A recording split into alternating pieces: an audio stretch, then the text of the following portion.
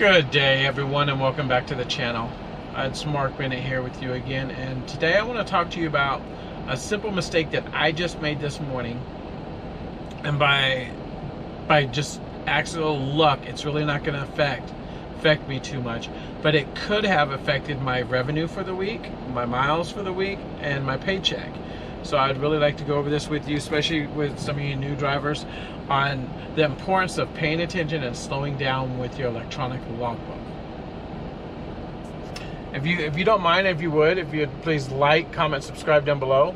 It helps us get our video out to more viewers. And you can comment about what other trucking videos you'd like to see. But so what happened this morning was, well, let's go back to yesterday. Yesterday I was running low on time, and I made it to St. George, Utah with about 5 minutes left on my 11. And it left me with I was going to gain 2 hours and 40 minutes at midnight. And that was it. So my plan, and I stopped about 4:45 p.m. So my 34-hour restart, and that was Monday. So my 34-hour restart would have been up at 2:45 Wednesday morning. Well, I would only have 2 hours, a little over 2 hours to drive on Tuesday. So my thought process on it was, okay, we'll just do our 34-hour restart.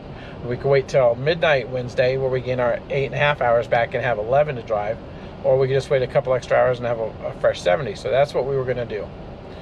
Well, we woke up this morning. The wife called, and we were talking to the wife, and we were talking to our grandbaby on FaceTime. And after that, we got off the phone.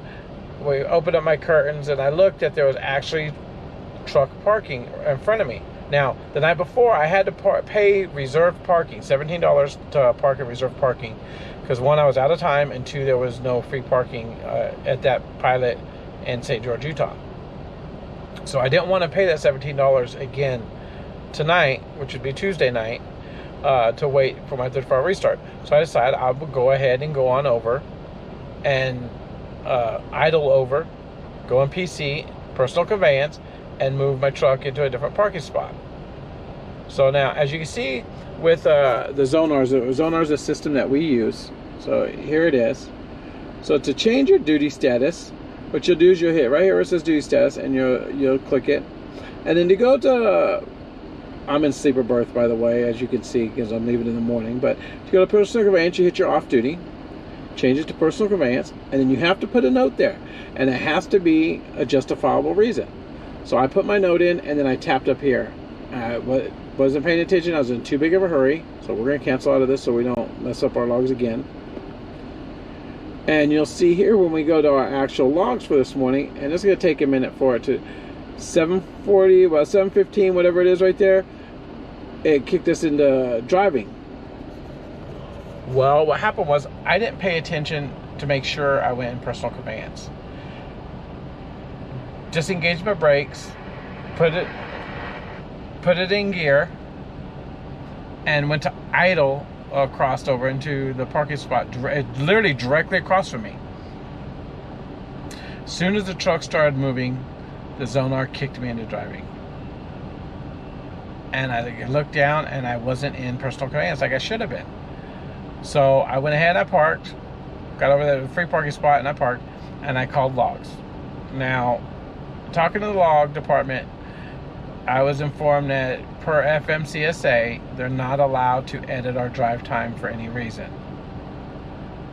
I know that the old law that stated that, I think it's FMCSA HD 395. I can't remember the rest of it.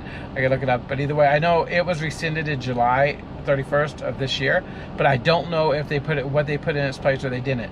And honestly, if a company wants to have a policy that they're not going to edit your drive time, that they have that right, and that would stop. I see how that could stop drivers from abusing the log department by, driving a little bit extra. Than, hey, I forgot to do this, or I didn't punch out there. Can you edit this for me? So I understand that, and I'm fine. And luckily, it didn't hurt me. Like tonight, I get 8.5 hours back. So I went ahead and I drove 2.5 hours up to Fillmore, Utah, which is where I'm at now. And I'm at hours. So I get 8.5 hours back, or I get 8 hours and 55 minutes back tonight at midnight. Then tomorrow night at midnight I get 11. The next night I get 10. The next night I get 11. The next night I get 10.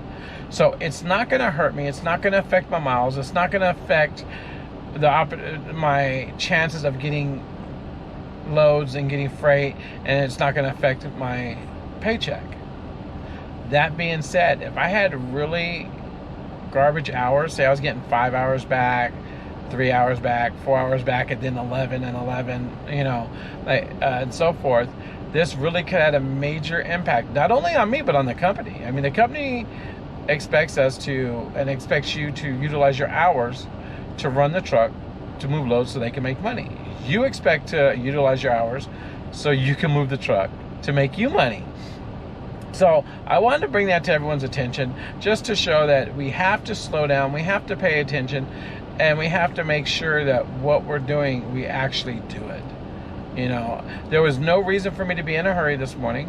And I don't know that I was necessarily in a hurry, more so than I just wasn't paying attention, that I didn't hit save to change my duty status to personal conveyance.